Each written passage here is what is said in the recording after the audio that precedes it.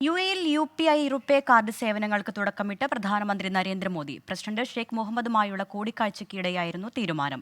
ദ്വിദിന സന്ദർശനത്തിനായി യുഎഇയിലെത്തിയ നരേന്ദ്രമോദിയെ UAE president Sheikh Mohammed bin Zayed Al Nahyan വിമാനത്താവളത്തിൽ നേരിട്ടെത്തി സ്വീകരിച്ചു.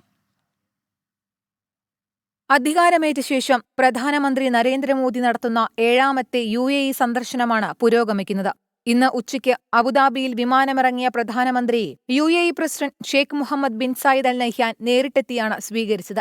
തുടർന്ന് ഇരുവരും അബുദാബി ഖസർ അൽ വദൻ കൊട്ടാരത്തിൽ ചർച്ച നടത്തി. ഇന്ത്യയുടെ ഡിജിറ്റൽ പേയ്മെന്റ് സംവിധാനമായ യുപിഐയും യുഎഇയുടെ ഇൻസ്റ്റന്റ് പണമിടപാട് പ്ലാറ്റ്ഫോമായ എഎൻഐയും തമ്മിൽ ബന്ധിപ്പിക്കാനുള്ള സുപ്രധാന കരാറിൽ ഇരു നേതാക്കളും ഒപ്പുവെച്ചു.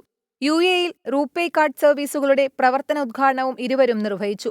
ഉഭയകക്ഷി നിക്ഷേപ ഉടമ്പടി, ഇലക്ട്രിക്കൽ ഇന്റർകണക്ഷൻ, വ്യാപാര മേഖലയിലെ സഹകരണം, ഇന്ത്യ മിഡിൽ ഈസ്റ്റ് സാമ്പത്തിക ഇടനാഴിയിൽ ഇന്ത്യയും യുഎഇയും തമ്മിലുള്ള കരാർ, ഡിജിറ്റൽ ഇൻഫ്രാസ്ട്രക്ചർ പദ്ധതികളിലെ സഹകരണത്തിനുള്ള ധാരണാപത്രം എന്നിവയുടെ കൈമാറ്റത്തിന് ഇരു നേതാക്കളും സാക്ഷ്യം വഹിച്ചു. അബുദാബിയിൽ ക്ഷേത്രം യാഥാർത്ഥ്യമാക്കിയതിന് പ്രധാനമന്ത്രി നരേന്ദ്രമോദി നന്ദി അറിയിച്ചു. ഷെയ്ഖ് മുഹമ്മദിന്റെ പിന്തുണ ഇല്ലായിരുന്നുവെങ്കിൽ ക്ഷേത്രം യാഥാർത്ഥ്യമാവില്ലെന്നും മോദി പറഞ്ഞു.